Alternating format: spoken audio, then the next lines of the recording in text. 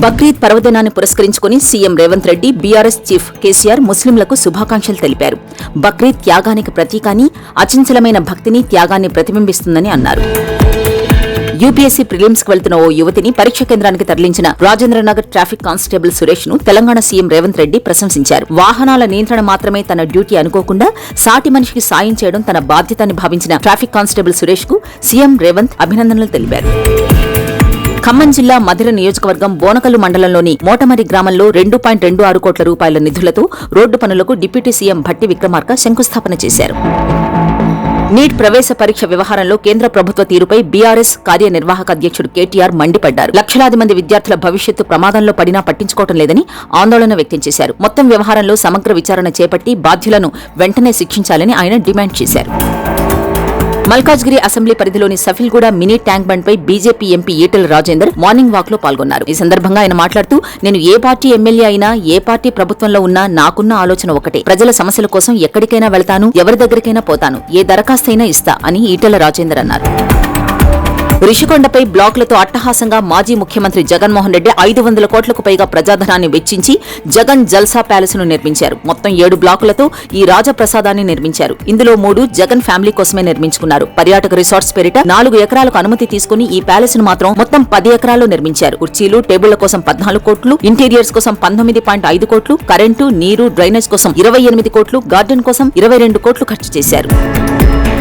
ఆంధ్రప్రదేశ్ ముఖ్యమంత్రి చంద్రబాబు నాయుడు ఇవాళ పోలవరం ప్రాజెక్టును సందర్శించారు. ప్రాజెక్టు స్థితిగతులను పరిశీలించిన అనంతరం అక్కడే అధికారులు, జలవనరుల శాఖ అధికారులతో సమీక్ష సమావేశం నిర్వహించారు. ఆంధ్రప్రదేశ్ రాష్ట్ర ఉప ముఖ్యమంత్రిగా పవన్ కళ్యాణ్ ఈ నెల 19న పదవీ బాధ్యతలను స్వీకరించనున్నారు. ఆంధ్రప్రదేశ్ రాష్ట్ర శాసనసభ కొత్త సభాపతిగా సిహెచ్ అయ్యన్న పాత్రుడు పేరును ముఖ్యమంత్రి నారా చంద్రబాబు నాయుడు ఖరారు చేశారు. నర్సీపట్నం నుంచి 7 సార్లు ఎమ్మెల్యేగా గెలిచిన అయ్యన్న 5 సార్లు మంత్రిగా పనిచేశారు. అయితే జనసేనకు డిప్యూటీ స్పీకర్ పదవిని కేటాయించాలనే ఆలోచనలో చంద్రబాబు ఉన్నట్టు తెలుస్తోంది. పశ్చిమ బెంగాల్లోని డార్జిలింగ్ జిల్లాలో రైలు ప్రమాదం జరిగింది. కాంచన్జంగా ఎక్స్ప్రెస్ ను గూడ్స్ రైలు ఢీకొట్టింది. ఈ ప్రమాదంలో 5 మృతి చెందారని, మరో 25 నుంచి 30 మంది గాయపడ్డారని, పరిస్థితి ఆందోళనకరంగా ఉందని జిల్లా అదనపు ఎస్పీ అభిషేక్ రాయ్ తెలిపారు. తమిళనాడు దివంగత మాజీ ముఖ్యమంత్రి జయలలిత నెచ్చెలి శశికళ కీలక ప్రకటన చేశారు. అన్నాడీఎంకే పార్టీలోకి తన రీఎంట్రీకి సమయం ఆసన్నమైందన్నారు. 2026 అసెంబ్లీ ఎన్నికల్లో తిరిగి గెలిచి అమ్మ పాలనకు నాంది పలుకుతామన్నారు. ప్రతిపక్ష నేత హోదాలో పళనిస్వామి ప్రస్తుత ప్రభుత్వాన్ని అడగాల్సిన ప్రశ్నలు అడగడం లేదని, ఇకపై ప్రతిపక్ష పార్టీ నేతగా ప్రభుత్వాన్ని తాను ప్రశ్నిస్తానని ఈ సందర్భంగా పేర్కొన్నారు.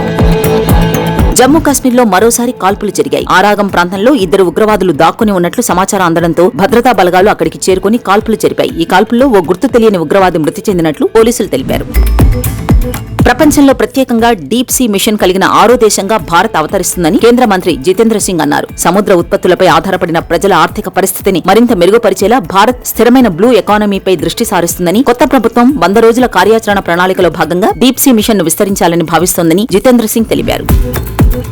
ఫాదర్స్ డే సందర్భంగా అమెరికాలోని కాలిఫోర్నియాలో నిర్వహించిన వేడుకల్లో విషాదం చోటు చేసుకుంది. సదర్న్ కాలిఫోర్నియా ఎయిర్ ఫీల్డ్ కి చెందిన ఎయిర్ మ్యూజియం నిర్వహించిన వేడుకల్లో పాతకాలపు విమానం కుప్పకూలడంతో 2 మృతి చెందారు. అమెరికాలోని దక్షిణ కాలిఫోర్నియాలో భీకర వాతావరణం నెలకొంది. కాలిఫోర్నియాలోని అడవిలో ఎగిసిపడుతున్న మంటల కారణంగా సుమారు 1200 మంది వారి నివాస ప్రాంతాలను వదిలి సురక్షిత ప్రాంతాలకు తరలి వెళ్లారు. మంటల కారణంగా 2 వాణిజ్య భవనాలు దెబ్బతిన్నట్టు అక్కడి అధికారులు చెబుతున్నారు.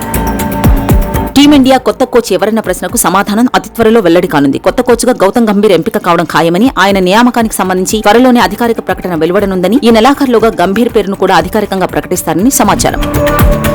T20 వరల్డ్ కప్ 2024లో పాకిస్తాన్ కు ఊరట విజయం లభించింది. గ్రూప్ ఏ చివరి లీగ్ మ్యాచ్ లో ఐర్లాండ్ పై 3 వికెట్ల తేడాతో పాక్ విజయం సాధించింది. అయితే ఈ మ్యాచ్ లో 30 పరుగులతో కీలక ఇన్నింగ్స్ ఆడిన పాకిస్తాన్ కెప్టెన్ బాబర్ ఆజం అరుదైన ఘనతను సాధించాడు. ప్రపంచ కప్ లో బాబర్ 17 ఇన్నింగ్స్లలో 549 పరుగులు చేశాడు. ఇప్పటి వరకు ఈ రికార్డు టీమిండియా మాజీ కెప్టెన్ MS ధోనీ పేరిట ఉండేది. తాజా మ్యాచ్ తో ధోనీ ఆల్ టైమ్ రికార్డును బాబర్ బ్రేక్ చేశాడు.